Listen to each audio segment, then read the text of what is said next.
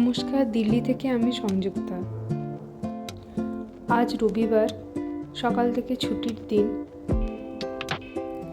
আসলে আমাদের শনি রবি দুদিনই তো ছুটি থাকে, তাই শনিবারেরই যাবতীয় কাজ, যেমন কাপড় ধোয়া, বাসন মাজা, রান্না করা, এগুলো বেশিরভাগটাই হয়ে থাকে। তাই রবিবার তেমন কোনো কাজ থাকে না, ফলে সকাল থেকে প্রচণ্ড বোর ফিল হয়। রুমটাতে ঠান্ডাও লাগছিল, সেজন্য ছাদে চলে এলাম। এসে দেখুন কী সব দেখতে পাচ্ছি। এখান থেকে এত সুন্দর প্লেনগুলো দেখা যায়, তাও তো এখন পলিউশনের জন্য ভিজিবিলিটি অনেক কম হয়ে গেছে। আগে আরও পরিষ্কার দেখা যেত, কোন কোম্পানির প্লেন যাচ্ছে সেটাও বোঝা যেত। আর এই দুটো বাচ্চা, আজকে এগুলো আমার উপরি পাওনা। এরা এত সুন্দর ঘুড়ি ওড়াচ্ছে, দেখে আমার মনটা ভরে গেল। আমরা ছোটোবেলায় সচরাচর এরকম ঘুড়ি ওড়াতাম না, কারণ আমাদের বেঙ্গলে তেমন এটা চলে না। কিন্তু এরা দেখছি এত সুন্দর ঘুড়ি ওড়াচ্ছে, পুরো বড় মানুষদের মতো।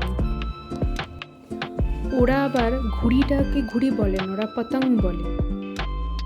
দিয়ে আমি ওদের জিজ্ঞাসা করলাম যে তোদের ঘুড়ি ছিঁড়ে যায় না? তখন বলছি ছিঁড়বে কেন, ছোটোবেলা থেকে প্র্যাকটিস করছি। মানে এমন একটা বড় বড় ভাব, যেন ওরা এখন কত বড় হয়ে গেছে। যাই হোক, ওদেরকে দেখে আমার ছাদে আসাটাই সার্থক হয়ে গেল। আমারও বেশ একটা মনে হচ্ছিল যেন সেই ছোটোবেলায় ফিরে গেছি। এই দেখুন কি কাণ্ড! আমার একজন কলিগ ফোন করেছিল, এখন 12:30 বাজছে, হঠাৎ করে বলছে চল 2টোর মধ্যে একবার আমরা অক্ষরধাম টেম্পলটা ঘুরে আসি। যাই হোক, এবার নিচে যায়, তাড়াতাড়ি করে চান খাওয়া সবই তো বাকি, রান্না করা জলদি জলদি করে তারপর বেরোই। রান্না আমার হয়ে গেছে, যা বাড়িতে ছিল তাই কয়েকটি জিনিস, এই পালং শাকের তরকারি আর ছোলার ডাল দিয়ে বড়া আর ভাত। জলদি জলদি খেয়ে নিয়ে এবারে আবার বেরোতে হবে রেডি ফেডি হয়ে। এখন আমরা পৌঁছে গেছি। এখানে আমাদের নিয়ারেস্ট মেট্রো হচ্ছে ভিকাজি কামা। আমাদেরকে এখনও আরও 2টো মেট্রো চেঞ্জ করতে হবে। চলেও এসছে মেট্রো। আজকে রবিবার থাকার দরুন এত ভিড়, মনে হচ্ছিল সেই জনস্রোতের মধ্যে আমরা পড়ে গিয়েছি। প্রথমে একবার মনে হচ্ছিল যে মা বাবা যখন আসবে তখনকে একবার ঘুরিয়ে দেখাবো, কিন্তু এত ভিড় দেখে তো আমি পিছিয়ে যাচ্ছিলাম। তারপর আমার সাথে যারা গেছিলো তারাই বললো যে আজ রবিবার বলে এত ভিড়, রবিবারটা যদি একটু অ্যাভয়েড করা যায় তাহলে এতটা ভিড় হবে না।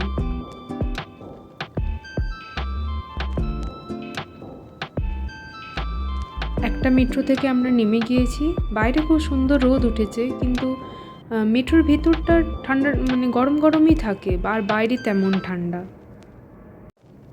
এই প্রসঙ্গে একটা কথা বলে রাখি, আমি জানতাম অক্ষরধাম মন্দির হচ্ছে বিষ্ণু মন্দির, কিন্তু পরে জানতে পারলাম ওটা একটা আলাদা গোষ্ঠী।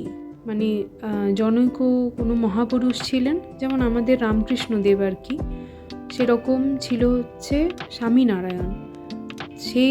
তার উদ্দেশ্যে ওই মন্দিরটা তৈরি আর কি। এটার অনেকগুলো ভাগ আছে, অক্ষরধাম একটা মন্দির নয়, এটা একটা মন্দিরের কমিউনিটি আর কি।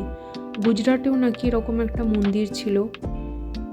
এইসব জানতেই যাচ্ছিলাম আর কি। আর ভিড়টা দেখুন একবার, মনে হচ্ছে না কোনো অফিস ডে। একবার একটু শীতের হাওয়া পড়লেই না দিল্লির সমস্ত মানুষ ঘুরতে বেরিয়ে যায়। এই যে অক্ষরধাম মন্দির দেখা যাচ্ছে, আমরা নেমে গিয়েছি, এবারে কিছুটা হাঁটতে হবে। এখানে নাকি সবাই বলছিল যে 2010-এ কমনওয়েলথ গেমস হয়েছিল, তার দরুনই এই জায়গাটার প্রচুর উন্নতি হয়, এমনকি মেট্রো স্টেশনটাও ওই দরুনই হয়। যাই হোক, এবার নিচে নেমে আস্তে আস্তে যাই আর কি। আজকে রোদটাও খুব ভালো লাগছিল। এই যে গাড়িগুলো দেখুন, এত সুন্দর সারিবদ্ধভাবে যাচ্ছিল, দেখে যেন মনে হচ্ছিল ভিডিও গেমস। যদিও আমি তেমন কিছু খেলি না, কিন্তু দেখে আমার এই কথাটাই মনে পড়লো। ওই যে অক্ষরধাম লেখা আছে। এই মেট্রো থেকে নামলাম, এটা একটা কানেক্টিং ওয়ে, ওই জায়গাটাতে দাঁড়িয়ে আছে। আর গাড়ি মনে হচ্ছে কত ছোট ছোট দেখাচ্ছে উপর থেকে। এই অক্ষরধাম মন্দিরে না যাওয়ার সময়তে জুতো থেকে শুরু করে ব্যাগ, মোবাইল সমস্ত কিছু জমা করে দিতে হয়, জাস্ট কিছু ক্যাশ নিয়ে ঢুকে যেতে হয়। সেই কারণে ভেতরের একটা ক্লিপ শুনি, যদিও প্রচণ্ড ভীষণ সুন্দর জায়গা। একটা ওখানে লাইট আর জলের একটা খেলা হয়, মানে শো দেখানো হয়, এত সুন্দর ওটা, ওটা দুর্ধর্ষ, মানে ওটা না গেলে হয়তো বোঝা যাবে না। তাই যদি কখনো দিল্লি আসেন তাহলে এই জায়গাটা মিস করবেন না। এটা ভিডিওতে কারোরই পক্ষে দেখানো সম্ভব নয়। গাড়িগুলো আসছে দেখুন।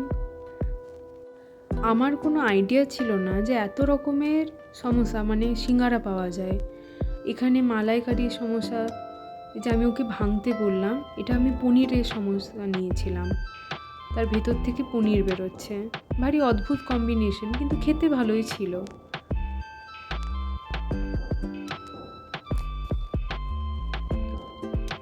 যে এখানে আনারসটা খেয়ে খুব রিফ্রেশিং লাগছিলো, এত হেঁটে হেঁটে একটু টায়ার্ড হয়ে গিয়েছিলাম।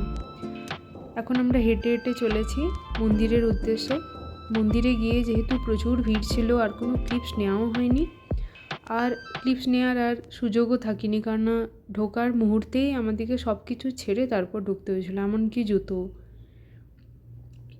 কিন্তু আমাদের আসতে একটু দেরি হয়ে গিয়েছিল, তখন অলরেডি এই যে স্বামীনারায়ণ অক্ষরধাম মন্দির, এটা স্বামীনারায়ণকে ডেডিকেট করেই মন্দিরটা তৈরি আর কি।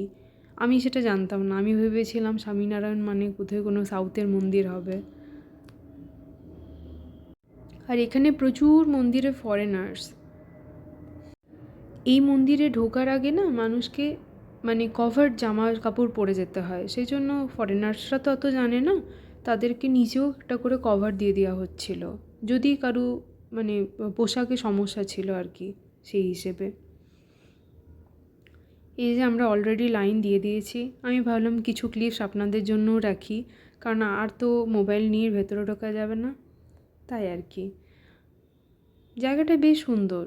এই শীতকালে দিল্লির অধিকাংশ জায়গায় খুব সুন্দর হয়ে যায়, শুধু যেটা সমস্যা হয় প্রচণ্ড দূষণ। অবশেষে রাত্রি 7:45 নাগাদ আমরা পেলাম অল্প চা। আমার জীবনের অর্ধেক সমস্যা চা দিয়ে শেষ হয়ে যায়। আবার সেই একই রাস্তা দিয়ে ফেরা। রাত্রে যে কোনো শহরকে দেখতে বেশি সুন্দর লাগে আলোর জন্য। আমার যে দুজন কলিগ গিয়েছিল সাথে, তারা দুজনেই বিহারের, তো তারা একটা অথেন্টিক লিট্টি চোখা খেলাম, অপূর্ব খেতে ছিল, মানে বলার নয়, এত সুন্দর। আমি এত অথেন্টিক খাইনি কখনো। এই যে ফেরার পথে এই বাচ্চাটার ট্রলিটা কি সুন্দর না? যাই হোক, ফিরতে আমাদের অনেক দেরি হয়ে গেছিলো, প্রায় 10:30 বেজে গিয়েছিল। ক্লান্তও হয়ে গিয়েছি। আবার পরের কোনো ব্লগে দেখা হবে, ততদিন হাসতে থাকুন, বাঁচতে থাকুন।